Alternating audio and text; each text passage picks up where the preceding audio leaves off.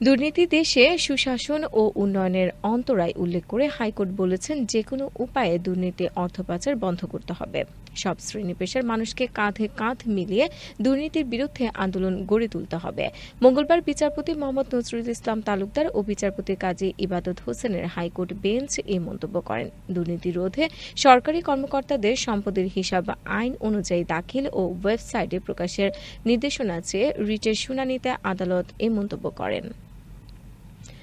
ভারী বর্ষণ ও ভারতের উজানের পানিতে আকস্মিক বন্যায় ফেনীর ২ উপজেলার আজকের এইচএসসি ও সমমানের পরীক্ষা স্থগিত করা হয়েছে।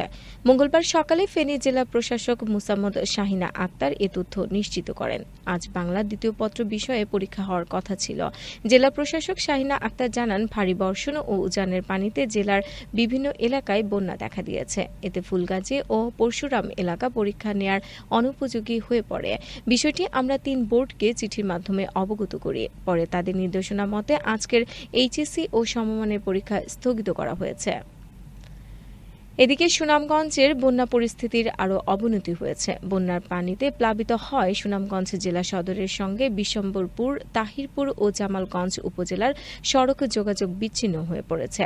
সুরমা নদীর পানি বিপদসীমার ৩৩ সেন্টিমিটার উপর দিয়ে প্রবাহিত হচ্ছে। ভারী বৃষ্টির সঙ্গে উজানের পাহাড়ি ঢল অব্যাহত আছে। এ কারণে নদী ও হাওরে পানির প্রবাহ আরও বেড়েছে। এতে সবচেয়ে বেশি ক্ষতিগ্রস্ত হয়েছে তাহিরপুর উপজেলা। তাহিরপুর উপজেলায় রাস্তাঘাট ও বাড়ি ঘরে বেশি পানি উঠেছে। প্রশাসনের পক্ষ থেকে ৩৪টি আশ্রয় কেন্দ্র খুলে দেওয়া হয়েছে। প্রতিটি ইউনিয়নের বাসিন্দাদের আশ্রয় কেন্দ্রে নিতে স্বেচ্ছাসেবক দল গঠন করেছে প্রশাসন। দেশের বিভিন্ন স্থানে আরও ঝড় বৃষ্টি হতে পারে বলে জানিয়েছে আবহাওয়া অফিস। সেই সঙ্গে কোথাও কোথাও অতি ভারী বর্ষণ হতে পারে বলেও জানা গেছে।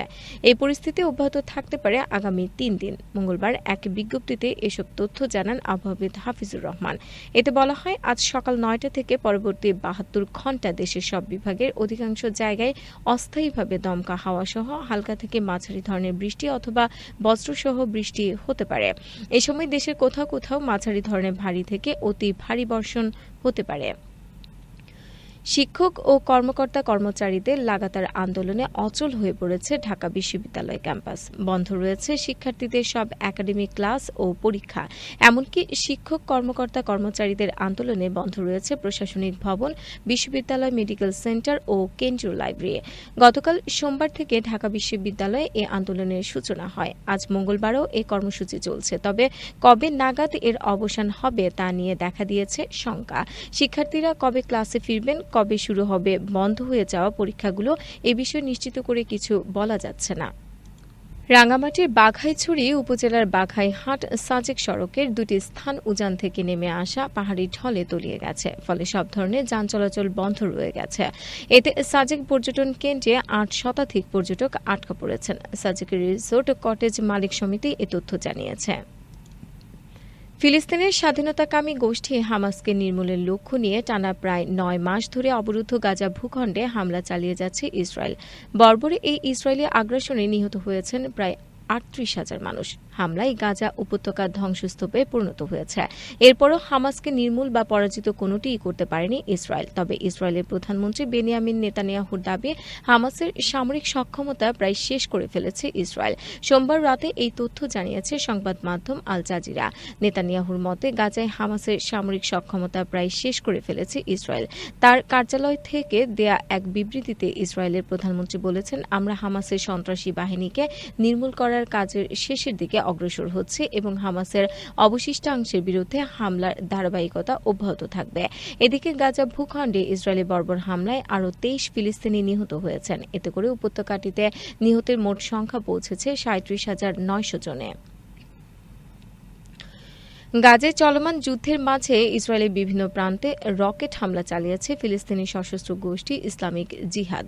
সোমবার অবরুদ্ধ এই উপত্যকা থেকে ইসরায়েলে দফায় দফায় রকেট হামলা চালানো হয়েছে বলে জানিয়েছেন সেখানকার বাসিন্দা ও কর্মকর্তারা। ইসলামিক জিহাদের সশস্ত্র শাখা বলেছে, ফিলিস্তিনি জনগণের বিরুদ্ধে ইহুদিবাদী শত্রুর অপরাধের প্রতিক্রিয়ায় গাজা সীমান্ত লাগোয়া ইসরায়েলি কয়েকটি সম্প্রদায়ের দিকে রকেট নিক্ষেপ করেছে তাদের যোদ্ধারা। ইসরায়েলের সামরিক বাহিনী বলেছে, গাজা থেকে ইসরায়েলি ভূখণ্ড লক্ষ্য করে প্রায় ২০টি রকেট নিক্ষেপ করা হয়েছে। তবে এই রকেট হামলায় হতাহতের কোনো ঘটনা ঘটেনি। যুক্তরাষ্ট্রের প্রেসিডেন্ট থাকাকালে নেয়া কিছু পদক্ষেপের জন্য বিচারের মুখোমুখি হওয়া থেকে রেহাই পাচ্ছেন ডোনাল্ড ট্রাম্প। সোমবার মার্কিন সুপ্রিম কোর্ট এই সিদ্ধান্ত দিয়েছেন। আধুনিক যুক্তরাষ্ট্রের ইতিহাসে এই প্রথম সাবেক কোনো প্রেসিডেন্টকে অপরাধের অভিযোগ থেকে দায় মুক্তি দেওয়ার প্রশ্নে সিদ্ধান্ত দিলেন সুপ্রিম কোর্ট।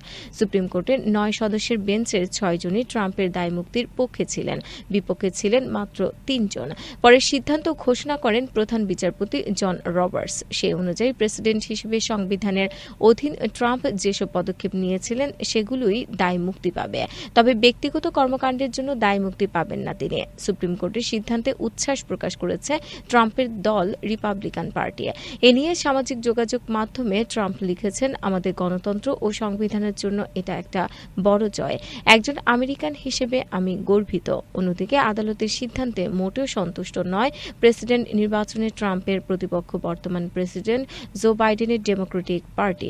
বাইডেনের প্রচার শিবিরের পক্ষ থেকে দেয়া এক বিবৃতিতে বলা হয়, আদালতের এই সিদ্ধান্তের ফলে 2021 সালের 6 জানুয়ারি যা ঘটেছিল তা বদলে যাবে না। এবারের কোপা আমেরিকায় অন্যতম সেরা এক দল নিয়ে এসেছে উরুগুয়ে। মাঠের পারফরমেন্সেও মিলছে তার প্রমাণ। গ্রুপের সবগুলো ম্যাচ জিতে সেরা হয়ে কোয়ার্টার ফাইনালে উঠেছে তারা। কানসাস সিটিতে আজ সি গ্রুপের ম্যাচে যুক্তরাষ্ট্রকে 1-0 গোলে হারিয়ে গ্রুপ চ্যাম্পিয়ন হিসেবে শেষ 8-এ উঠেছে 15 বারের champion Uruguay. Group runners up হিসেবে শেষ 8-এ উরুগুয়ের সঙ্গী হয়েছে পানামা। আজ অরল্যান্ডোতে একই সময়ে অনুষ্ঠিত গ্রুপের অন্য ম্যাচে বলিভিয়াকে 3-1 গোলে হারিয়েছে মধ্য আমেরিকার দেশটি। নিজেদের কিছুটা সৌভাগ্যবান ভাবতেই পারে ফরাসিরা। আবারও ম্যাচের পার্থক্য গড়ে দিয়েছে একটি আত্মঘাতী গোল। তাতে হৃদয় ভাঙে বেলজিয়ানদের। দারুণ লড়াই করার পরও বিদায় নিতে হলো দলটিকে। সোমবার রাতে জার্মানির ডাসেলডর্ফ অ্যারেনায় ইউরোপিয়ান চ্যাম্পিয়নশিপের শেষ 16 ম্যাচে বেলজিয়ামকে 1-0 গোলে পরাস্ত করে ফ্রান্স। ম্যাচের প্রায় শেষ দিকে কোলো মুয়ানির শট ইয়ান ভার্টুগেনের পায়ে লেগে দিক বদলে জালে প্রবেশ করলে উল্লাসে মাতে ফরাসিরা। এই জয়ের ফলে কোয়ার্টার ফাইনালে উঠে গেল ফ্রান্স।